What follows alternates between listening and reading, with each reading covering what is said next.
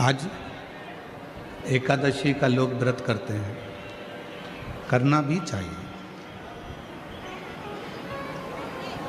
परम भगवदीय जीव एकादशी का व्रत करते हैं कि हम भोजन छोड़ देते हैं, हम ये नहीं खाएंगे, हमारी एकादशी है, हम ये नहीं खाएंगे, हमारी एकादशी है। पर शिव महापुराण की कथा कहती है कि एकादशी सफल कब होती है? जब आपकी 5 कर्मेंद्री, 5 ज्ञानेंद्री और 1 मन ये आपके कंट्रोल में हो, तो समझ लो कि एकादशी पूर्ण हो गई और एकादशी का फल आपको प्राप्त हो गया।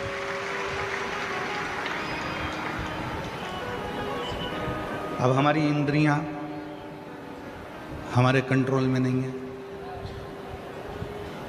नेत्र गलत देख रहे हैं, जिह्वा गलत बोल रही है, कान गलत सुन रहे हैं, श्रवण शक्ति गलत जगह जा रही है, नेत्र गलत जगह जा रहे हैं, जिह्वा गलत बोल रही है।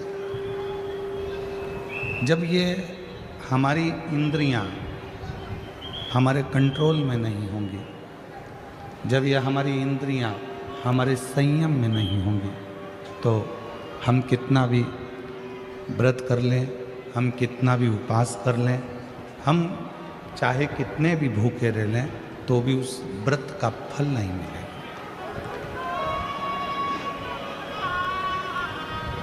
व्रत का फल कब मिलता है?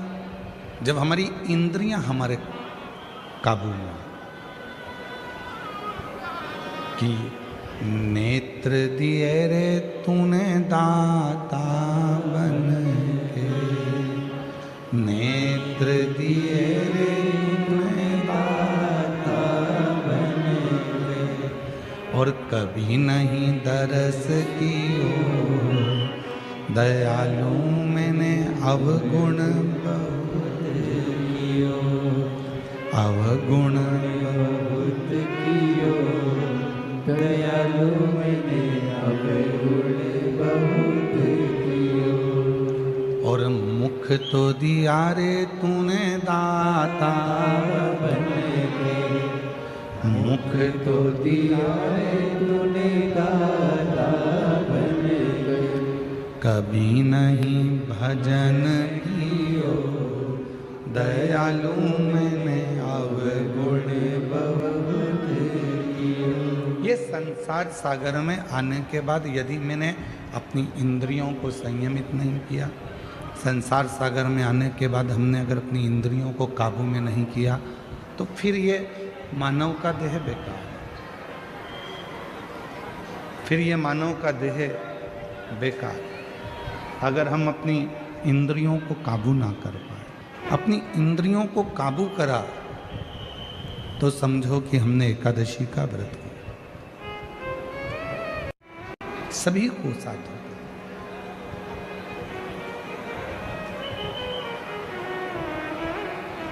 भक्ति, विश्वास, ये 2 चीजें हैं। कितनी भी भक्ति कर लो, कितना भी भजन कर लो, कितना भी कीर्तन कर लो, कितना भी मंत्र जाप कर लो, कितना भी स्मरण कर लो, अगर तुम्हारा विश्वास तुम्हारे परमात्मा के प्रति नहीं है, तो फिर तुम्हारा कीर्तन करना, तुम्हारा भजन करना, तुम्हारी भक्ति करना बेकार। पर यदि तुमने विश्वास पूर्ण कर लिया, उसके ऊपर संपूर्ण अपना जीवन का भार सौंप दिया, फिर तुम कहीं जाओ ना जाओ, वो परमात्मा तुम्हें स्वीकार कर ले। जितनी भी माताएं एकादशी का व्रत करती है, बहुत ध्यान से सुनना आज की कथा को। शायद जिंदगी में मिली ना मिली, पर ये कथा का रिश्ता तो बहुत ध्यान से सुनना, ध्यान से। स्कंद पुराण यहाँ तक कहती है कि इस कथा के चरित्र को जो श्रवण कर लेता है, उसको 26 एकादशी करना भी नहीं पड़ती। इस एकादशी की केवल ये कथा सुनकर ही वो तर जाता है। बहुत ध्यान से सुनना इसको कथा, तो बड़े भाव से सुन लो इसको, है? बड़े प्रेम से। शास्त्र कहता है कि जितनी एकादशी होती है 26 की 26 एकादशी का अगर आप वर्णन करेंगे, 26 की 26 एकादशी का यदि आप स्मरण करेंगे, तो एक एक एकादशी का अगर नाम स्मरण करें तो कितना कितना सुंदर। चैत्र के महीने में 2 एकादशी, कामदा पाप मोचन, बैसाख में 2 वरुथनी मोहिनी, ज्येष्ठ महीना अपरा निर्जला, आषाढ़ योगनी देवशवनी, श्रावण महीने की कामिका पुत्रदायिनी, भादो महीने की अजा परिवर्तनी, अश्विनी महीने की इंद्रा पापकुशा, कार्तिक महीने की रमा प्रबोधनी, मार्गशीर्ष मास की उत्पन्ना और मोक्षदा, पौष महीने की सफला और पुत्रदा, माघ महीने की परतिला और जया, फागुन महीने की विजया और आमल की एकादशी, अधिक मास की पद्मनी और परमा। कितने सुंदर नाम है। अब इस नाम से पहचान करो कितनी सुंदर नाम। अब नाम इतना सुंदर है तो एकादशी कितनी सुंदर होगी। अब एकादशी इतनी सुंदर होगी तो जिस दिन तुम व्रत करोगी एकादशी का तो तुम कितनी सुंदर होगी। मतलब भगवान कितने प्रेम से स्वीकारेगा कि इसका हृदय कितना सुंदर है। ऊपर की सुंदरता मत देखो साहब, व्रत करने से भीतर की सुंदरता। अब पहले कथा में कहा कि क्रीम की चमक 15 दिन रहती है, अच्छे कर्म की चमक जिंदगी भर रहती है। कर्म की चमक देखना है हमें, क्रीम की नहीं। सबसे पहला नियम एकादशी व्रत का, सबसे पहला नियम है कि आप जिस दिन व्रत करो उसके एक दिन पहले भक्ति का संचार इस हृदय में कर लो। भक्ति का संचार इस हृदय में कर लीजिए। जिस दिन आप व्रत करो, जैसे एकादशी का व्रत कर रहे हो तो दशमी के दिन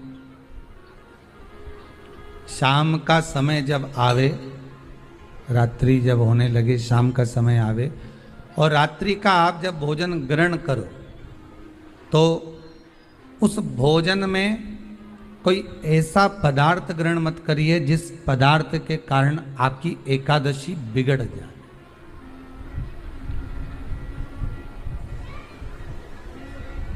कोई बेकार भोजन में ग्रहण नहीं करना, श्रेष्ठ भोजन ग्रहण करिए दशमी के। और एकादशी का दूसरा नियम बहुत ध्यान से सुनिएगा। जिस दिन आपकी एकादशी का व्रत हो उस दिन प्रयास करिएगा कि अपने हाथ से किसी भी वृक्ष की कोई पत्ती टूटे ना। अपने हाथ से किसी भी वृक्ष की, पौधे की, किसी भी वृक्ष की पत्ती अपने हाथ से ना टूटे। बहुत ध्यान दीजिएगा महाराज। एकादशी का ये दूसरा नियम है कि अपने हाथ से किसी पौधे की, किसी वृक्ष की, किसी डाली की कोई पत्ती टूटे ना, कोई पत्ती ना टूटे, इसका प्रयास करिए।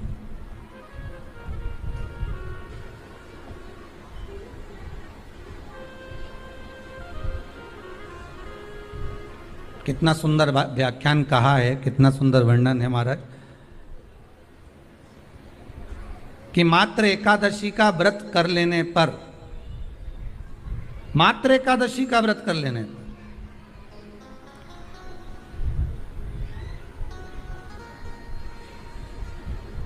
जो पूर्व में किया गया हमारा पाप कर्म है, हमने किसी जीव की हत्या करी है, हमने किसी को कष्ट प्रदान करा है, हमने किसी को अपशब्द कहा है, हमने किसी को ताने दिए, हमने किसी को आड़ा टेढ़ा कहा है, हमने किसी को गालियां दे दी है, मात्र एकादशी का व्रत ही कर लेने पर ये सारे जो दोष हैं वो समाप्त हो जाते हैं।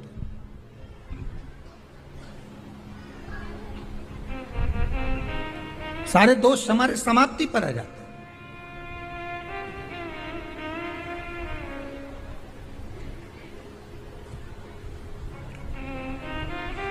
अब एक विचार करिएगा थोड़ा सा अपने मन में, अपने चित्त में, अपनी वृत्ति में एक बात उतारिएगा, एक अपने मन में एक बात को उतार कर रखिएगा कि आप अपने पाप को,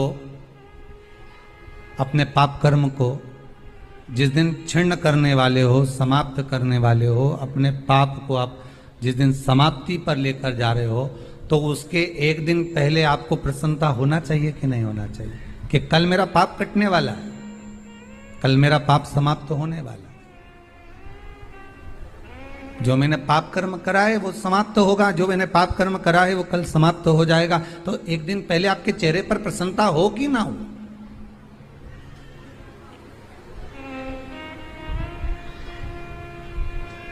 और चेहरे पर वो प्रसन्नता आपके आना चाहिए कि कल मेरा एकादशी का व्रत है, आज दशमी है, कल एकादशी का व्रत है, तो कल मेरी जब एकादशी का व्रत रहेगा तो मेरा ना जाने कितना कितना पाप, कितना असत्य, कितना झूठ, कितना प्रपंच वो समाप्त हो जाएगा। इसमें मुझे प्रसन्नता हो, इसमें मुझे आनंदता हो।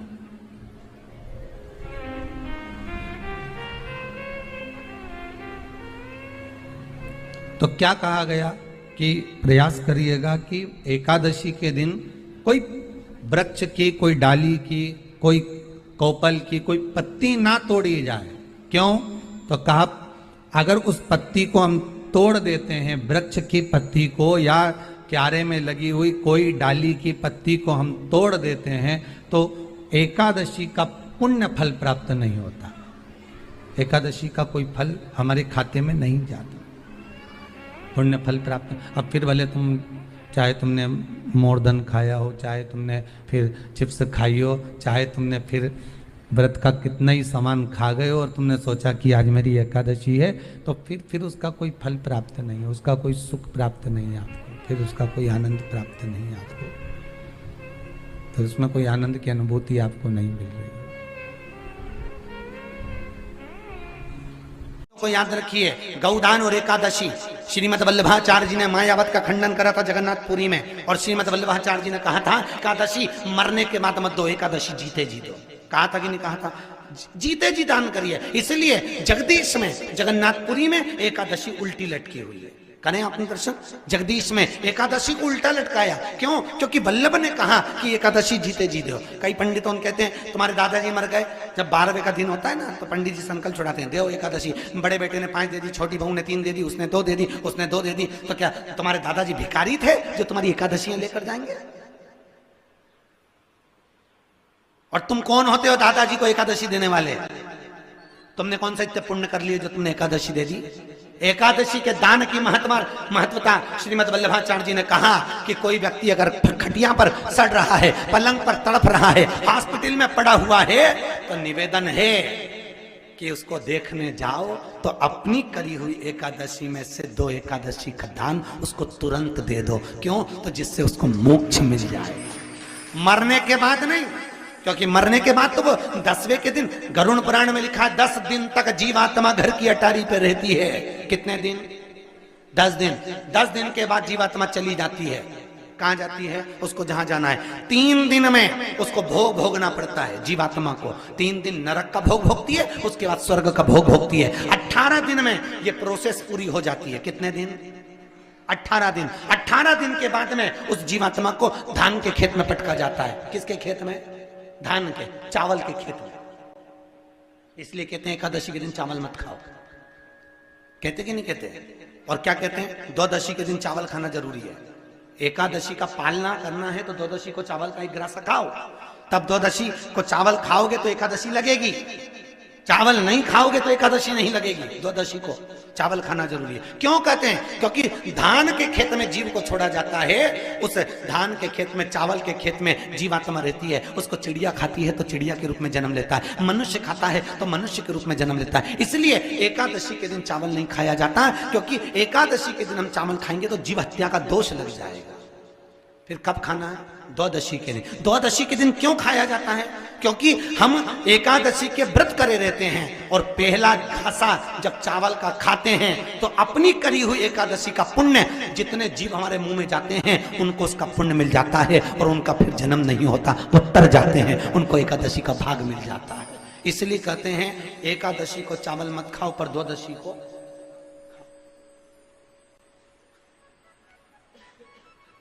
खाइए। 10 दिन तक जीवात्मा है और आपने एकादशी कब दान दी? बोलो जम के। 12वें के दिन, 13वें के दिन आपने एकादशी का दान दिया, वो मिली उनको? अरे बोलो अच्छे से। कई तो अभी तक कर रही होगी, हमारे दादाजी के निमित्त की कर रहे हैं, कर ले। फिर वही वाली बात आ गई, गुलाब के फूल में पानी जारी है।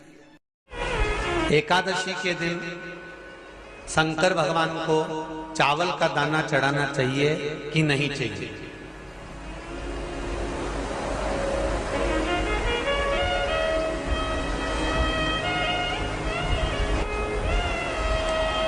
बीमार व्यक्ति से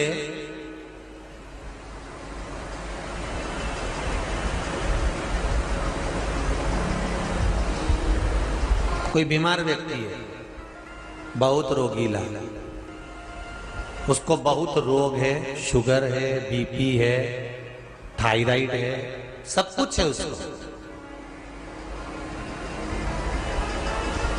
और वो रोगीला व्यक्ति जब डॉक्टर के पास जाकर पूछे, डॉक्टर साहब मेरी तबीयत ठीक नहीं रहती है, मैं बहुत कष्ट में रहती हूँ, बहुत तकलीफ है शरीर में, और अभी सावन का महीने का व्रत आ रहा है डॉक्टर साहब, 1 महीना में व्रत करती थी पहले, करूं कि नहीं करूं? तो डॉक्टर साहब क्या बोलेंगे? बोलते जाओ जरा जम के। डॉक्टर बोलेगा कि आप व्रत मत करो। डॉक्टर एक बात कहेंगे, शरीर स्वस्थ रखना है, व्रत बाद में हो जाएगा, अगले वर्ष कर लेना, पर अभी शरीर को सही रखने के लिए दोनों समय अच्छे पेट भरकर सात्विक भोजन करो और अपने शरीर को ठीक करो। सात्विक भोजन करो, अपने शरीर को, व्रत बाद में भी हो जाए, अगले वर्ष हो जाए।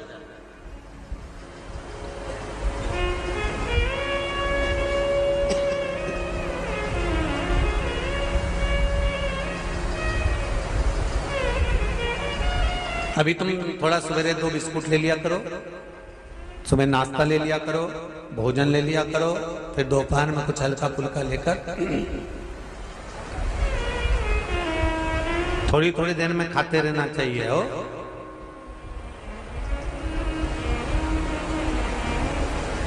थोड़ा थोड़ा खाओ, थोड़ी थोड़ी देर में खाओ, एक साथ सुरसा जैसे मत निपटा जाए, थोड़ा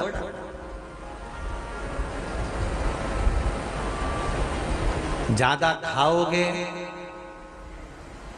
और ज्यादा कमाओगे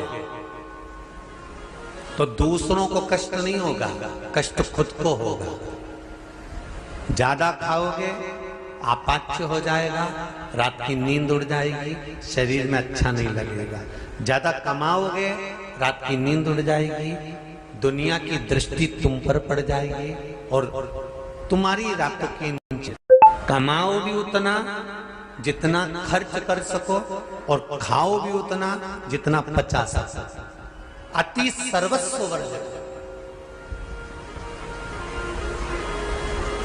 डॉक्टर कहेंगे ये तुम्हारा व्रत जो है ना अगले साल कर लेना, इस साल मत करिए, इस साल तो आराम से भोजन वोजन करो तुम लोग, बढ़िया प्रेम से खाओ पिए। तो उसी तरह किसी ने पूछा कि चावल का दाना एकादशी पर भगवान शंकर को चढ़ा सकते हैं? चावल का दाना शंकर जी को चढ़ाते क्यों है, पहले तो वो समझ।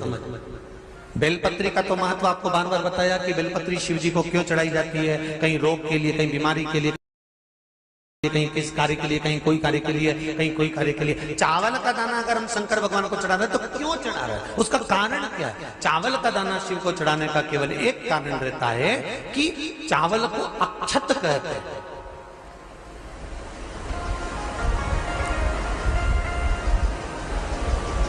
अक्षत का मतलब होता है अक्षय।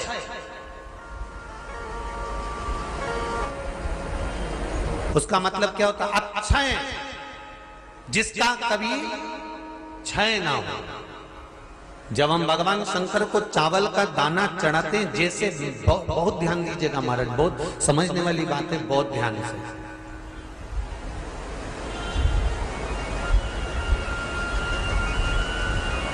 चावल का दाना हमारे मस्तक पर तिलक करने के बाद पंडित जी क्यों लगाते हैं कि भगवान जैसा समय आज चल रहा है, आप पूजन कर रहे हो, पाठ कर रहे हो, दान कर रहे हो, पुण्य कर रहे हो, सत्कर्म कर रहे हो, भजन कर रहे हो, मेरा देव अधिदेव महादेव, मेरा नारायण, मेरा सत्यनारायण भगवान, मेरा राम जी, मेरा विष्णु जी, मेरा भागवत मैया, मेरी रामायण मैया, ब्राह्मण मस्तक पर तिलक लगाने के बाद चावल इसलिए लगाता है कि जैसा समय आज चल रहा है, भगवान तुमको ऐसा ही समय बनाकर रखे और तुम ऐसे ही चार चांद लगाते रहो, दान पुण्य संकीर्तन करते रहो, इसलिए मस्तक पर चावल का दाना लगाया जाए।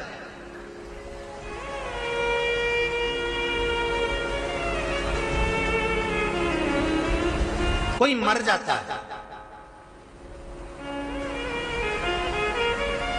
मरने के बाद जब तक पगड़ी नहीं होती तब तक माथे पर तिलक चावल का दाना लगाया जाता है।